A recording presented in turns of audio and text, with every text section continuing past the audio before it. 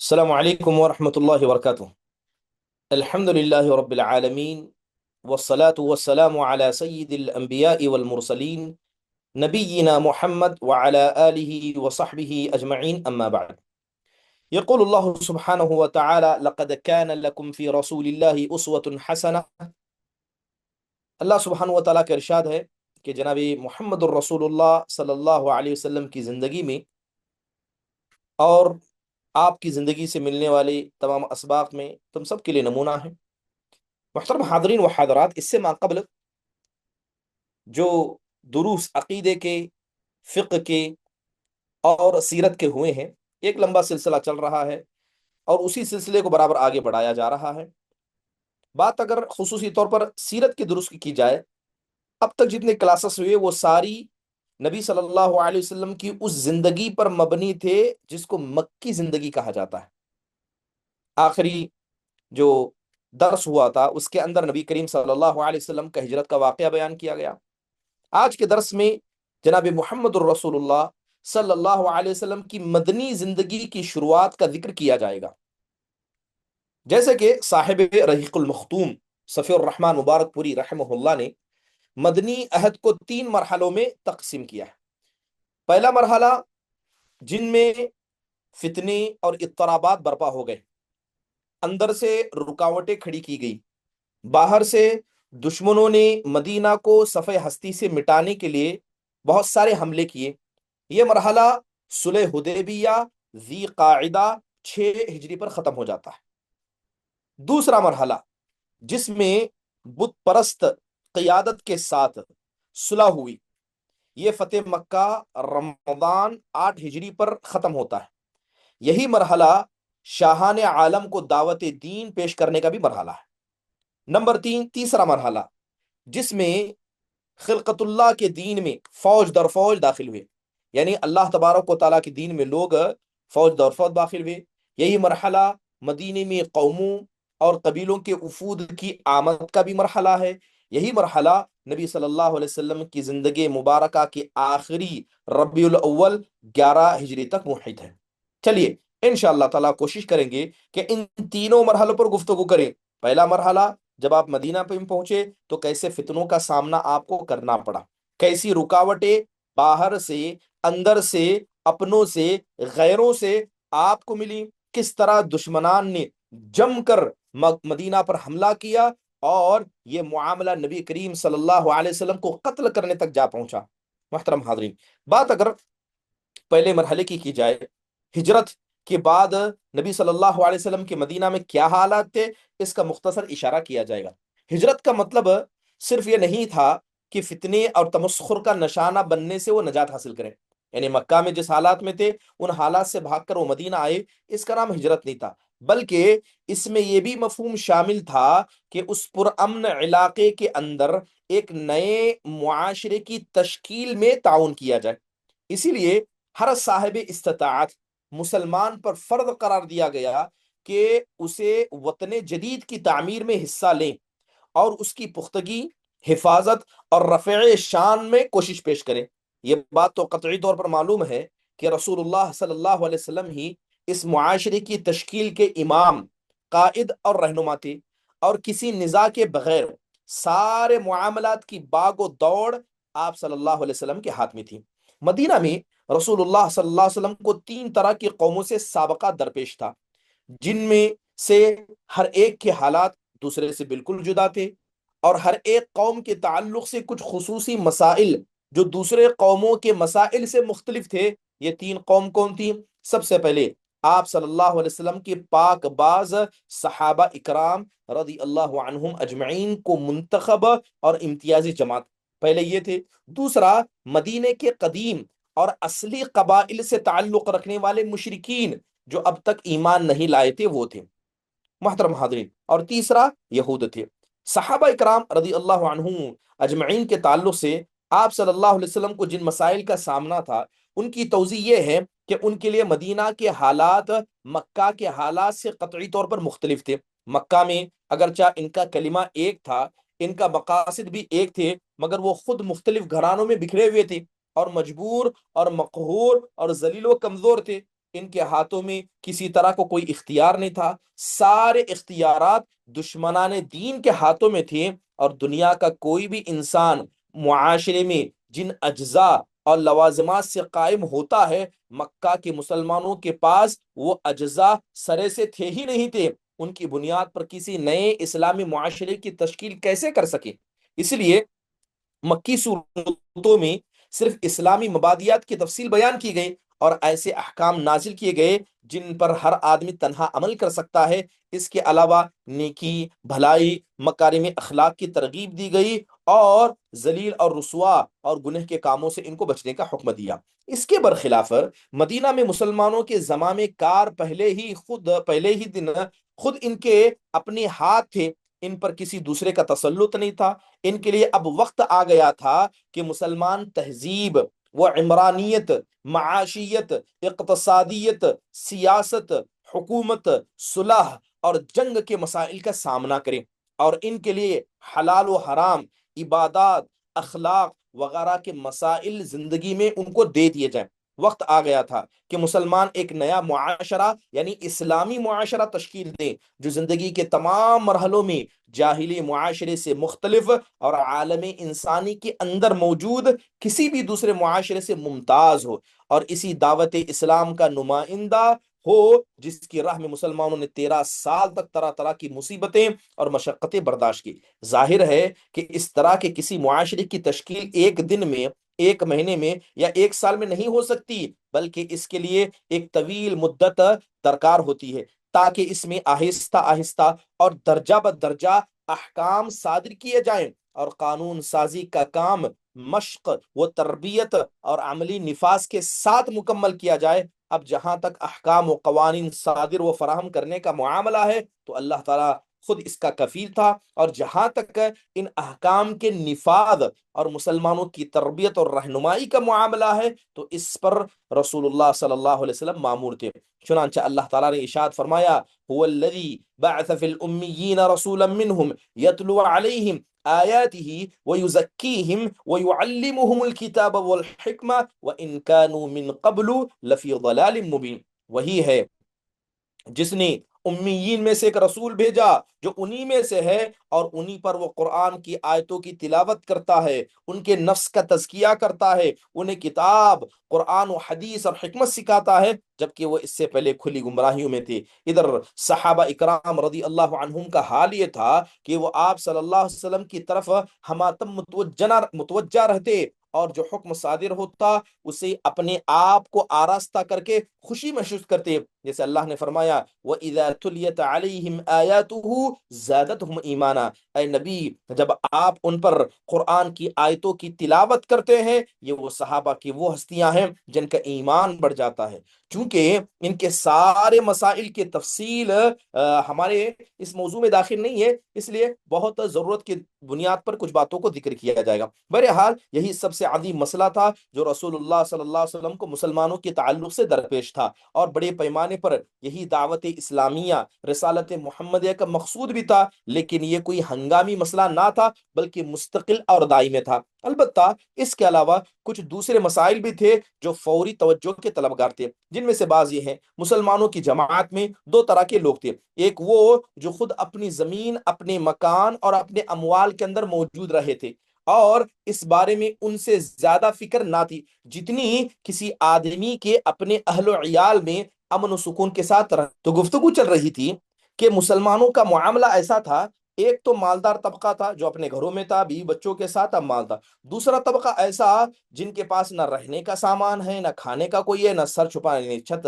یعنی سر چھپانے کے لیے کوئی سایہ ہے، بلکہ حالت ان کی یہ تھی کہ ان کے پاس معمولی سہولتیں بھی نہیں تھی، اور سب سے بڑی بات کہ دن بدن ان کی تعداد بڑھتی جا رہی تھی۔ ادھر اللہ اس کے رسول نے اعلان کر دیا کہ جو اللہ اس کے رسول پر ایمان رکھتا ہے وہ ہجرت کر کے مدینہ آ جائے، اور معلوم ہے کہ مدینہ میں نہ کوئی بڑی دولت تھی، نہ آمدنی کے بڑے ذرائع تھے، نہ آمدنی کے وسائل تھے، چنانچہ مدینہ کا اقتصادی توازن بگڑ گیا، اور اس کی تنگی ترشی میں اسلام دشمن طاقتوروں نے بھی مدینہ کا تقریباً اقتصادی بائیکاٹ کر دیا، جس سے درآمد بند ہو گئی اور حالات اور سنگین ہو گئے۔ محترم حاضرین، یہ مدینہ کی حالت تھی۔ دوسری قوم یعنی مشرکین کے اصل مشرک باشندے کا حال یہ تھا کہ انہیں مسلمانوں پر کوئی بالادستی حاصل نہ تھی۔ کچھ مشرکین شک و شبے میں مبتلا تھے اور اپنی آبائی دین کو چھوڑنے میں تردد محسوس کر رہے تھے، لیکن اسلام اور مسلمانوں کے خلاف اپنے دل میں کوئی عداوت اور کوئی دل کے اندر تکلیف نہیں رکھتے تھے۔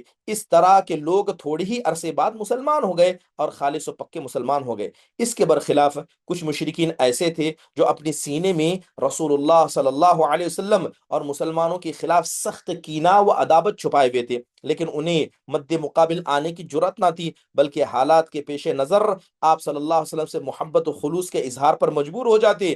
ان میں سر فہرست عبداللہ بن ابی بن سلول تھا، جو یہ وہ شخص تھا جس کو جنگ بعاث کے بعد اپنا سردار بنانے پر اوس و خزرج نے اتفاق کر لیا تھا۔ حالات اس سے قبل دونوں فریقین کے کسی سربراہی پر متفق نہیں ہوئے تھے، لیکن اب اس کے لیے کیا ہے، مونگوں کا تاج تیار کیا جا رہا تھا۔ اس کے سر پر تاج شاہی رکھ کر اسے باقاعدہ بادشاہت کا اعلان کر دیا جانے والا تھا، یعنی یہ شخص مدینہ کا بادشاہ ہونے والا ہی تھا کہ اچانک رسول اللہ صلی اللہ علیہ وسلم مدینہ میں تشریف لے کر آئے اور لوگوں کا رخ ان کے بجائے آپ صلی اللہ علیہ وسلم کی طرف ہو گیا۔ اس لیے اسے احساس تھا کہ آپ ہی نے اس کی بادشاہت چھینی ہے، لہذا وہ اپنے نہا خانہ دل میں آپ صلی اللہ علیہ وسلم کے خلاف سخت عداوت چھپائے ہوئے تھا۔ اس کے باوجود جب اس نے جنگ بدر کے بعد دیکھا کہ حالات اس کے موافق نہیں ہیں، وہ شرک پر قائم رہ کر اب دنیاوی فوائد سے محروم ہو جائے گا، تو اس نے ظاہر میں اسلام قبول کرنے کا اعلان کیا، لیکن وہ اب بھی در پردہ کافر ہی تھا۔ اس لیے جب بھی اسے رسول اللہ صلی اللہ علیہ وسلم اور مسلمانوں کے خلاف کسی شرارت کا موقع ملتا، وہ ہرگز نہ چوکتا۔ اس کے ساتھ عموماً وہ رؤسا تھے جو اس کی بادشاہت کے زیر سائے بڑے بڑے مناصب کے حصول کی توقع باندھے ہوئے تھے، مگر اب انہیں اس سے محروم ہونا پڑ رہا تھا۔ یہ لوگ اس شخص کے شریک کار تھے اور اس کے منصوبوں کی تکمیل میں برابر اس کی مدد کر رہے تھے، اور اس کے مقصد کے لیے بسا اوقات ایسے نوجوان اور سادہ لوہ مسلمانوں کو بھی اپنی حالتوں میں یہ لوگ شامل کیا کرتے تھے۔ تیسری قوم تھی یہود کی۔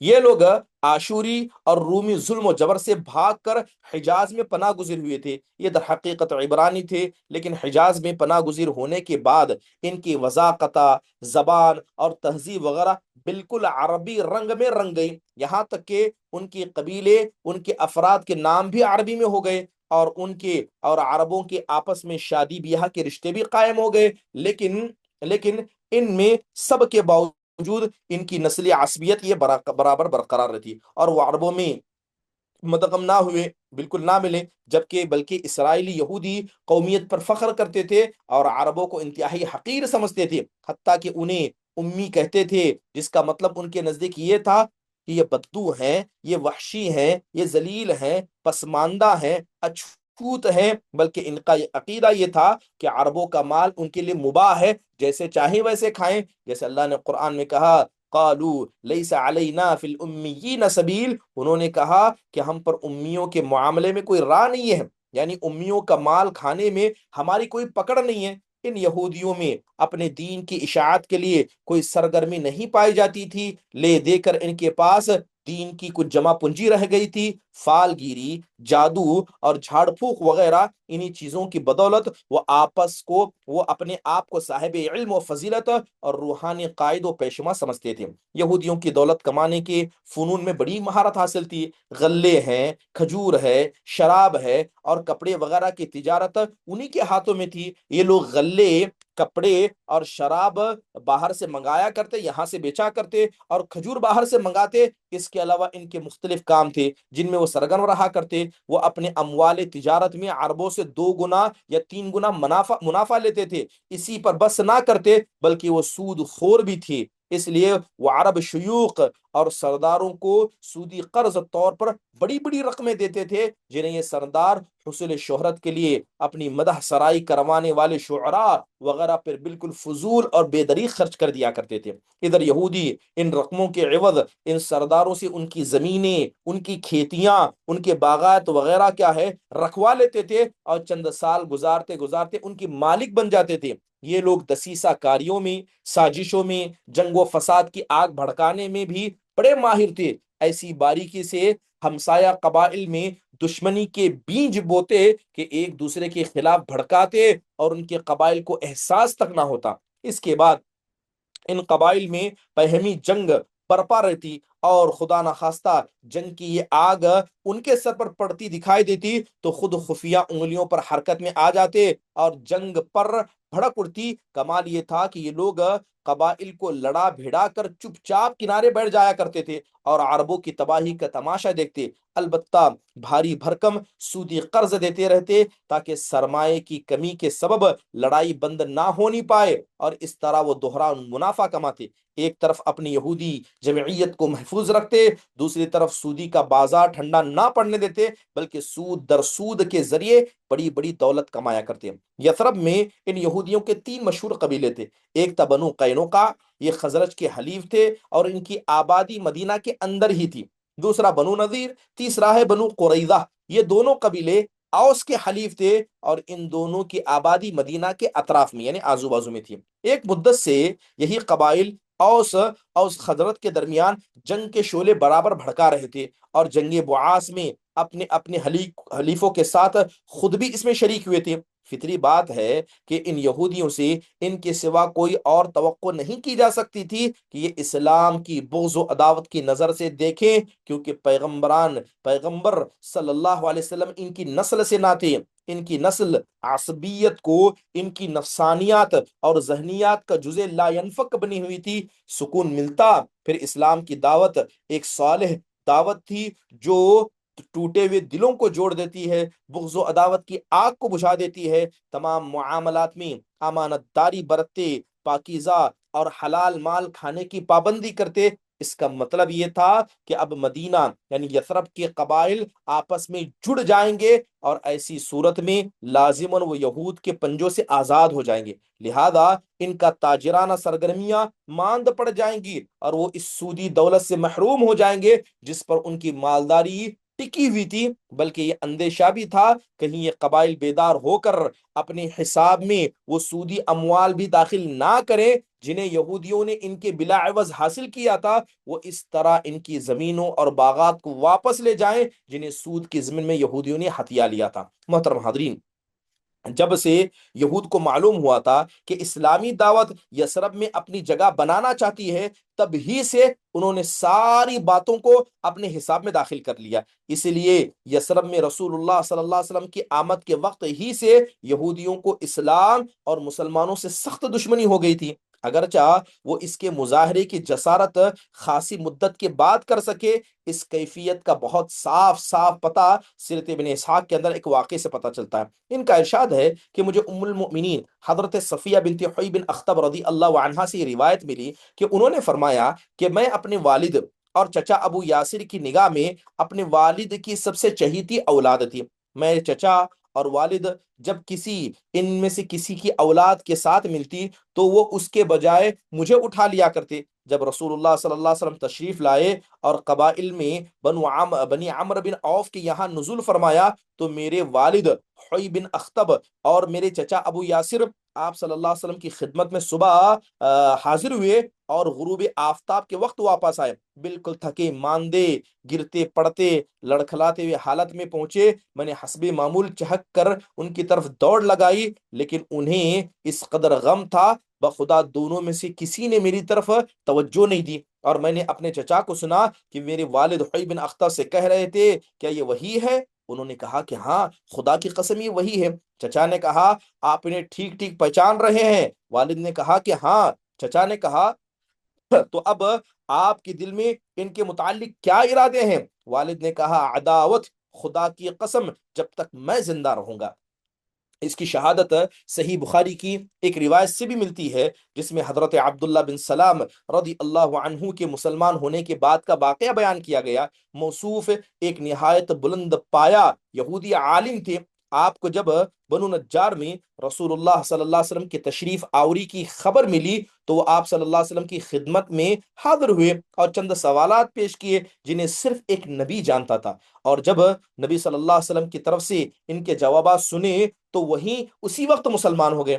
پھر آپ سے کہا کہ یہود ایک بہتان باز قوم ہے، اگر انہیں اس سے قبل کہ آپ کی دریافت یعنی آپ کچھ دریافت فرمائیں میرے اسلام لانے کا پتہ لگ جایا تو وہ مجھ پر الزام لگائیں گے، لہذا رسول اللہ صلی اللہ علیہ وسلم نے یہود کو بلا بھیجا، وہ آئے اور ادھر عبداللہ بن سلام کے گھر کے اندر چھپ گئے تھے۔ تو رسول اللہ صلی اللہ علیہ وسلم نے دریافت فرمایا کہ عبداللہ بن سلام تمہارے اندر کیسے آدمی ہیں؟ انہوں نے کہا کہ ہمارے سب سے بڑے عالم ہیں اور سب سے بڑے عالم کے بیٹے ہیں، ہمارے سب سے اچھے آدمی ہیں اور سب سے اچھے آدمی کے بیٹے ہیں۔ ایک روایت کے الفاظ میں آتا ہے کہ ہمارے سردار ہیں اور ہمارے سردار کے بیٹے ہیں، اور ایک دوسری روایت کے الفاظ میں یہ ہے کہ ہمارے سب سے اچھے آدمی ہیں اور سب سے اچھے آدمی کے بیٹے ہیں، اور ہم میں سب سے افضل ہیں اور سب سے افضل آدمی کے بیٹے ہیں۔ رسول اللہ صلی اللہ علیہ وسلم نے فرمایا اچھا یہ بتاؤ اگر عبداللہ مسلمان ہو جائیں تو؟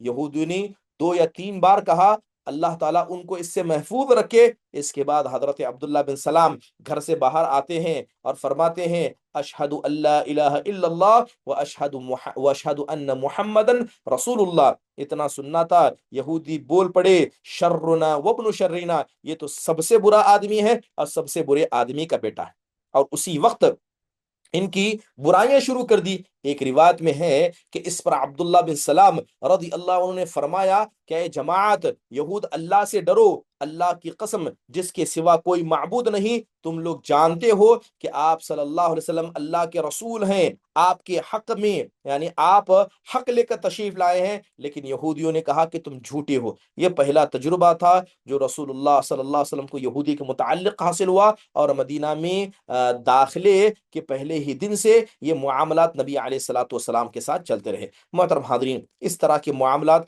نبی صلی اللہ علیہ وسلم کی زندگی میں ہوئے ہیں جو صاف طور پر ان باتوں کو واضح ہمارے سامنے کرتے ہیں، یہاں تک کہ مدینہ کے داخلی حالات سے متعلق بیرون مدینہ مسلمانوں کے سب سے کڑے دشمن قریش تھے۔ وہ 13 سال تک جب مسلمانوں کو ان کے زیر دست تھے دہشت مچاتے، دھمکی دیتے، تنگ کرنے کے لیے تمام ہتھ کنڈے استعمال کرتے، طرح طرح کی سختیاں مظالم کر چکے تھے، اور وسیع پروپیگنڈے اور نہایت صبر آزما نفسیاتی حربے استعمال لا چکے تھے۔ پھر جب مسلمانوں نے مدینہ ہجرت کی تو قریش نے ان کی زمینیں، ان کے مکانات، ان کے مال و دولت سب کچھ ضبط کر لیا، اور مسلمان ان کے اہل و عیال کے درمیان رکاوٹیں بن کر کھڑے ہو گئے، بلکہ جس کو پا سکے قید کر کے طرح طرح کی اذیتیں دی۔ پھر اسی پر بس نہ کیا بلکہ سربراہ دعوت حضرت محمد صلی اللہ علیہ وسلم کو قتل کرنے اور آپ کی دعوت کو جڑ سے ختم کرنے کے لیے انہوں نے خوفناک سازشیں کی،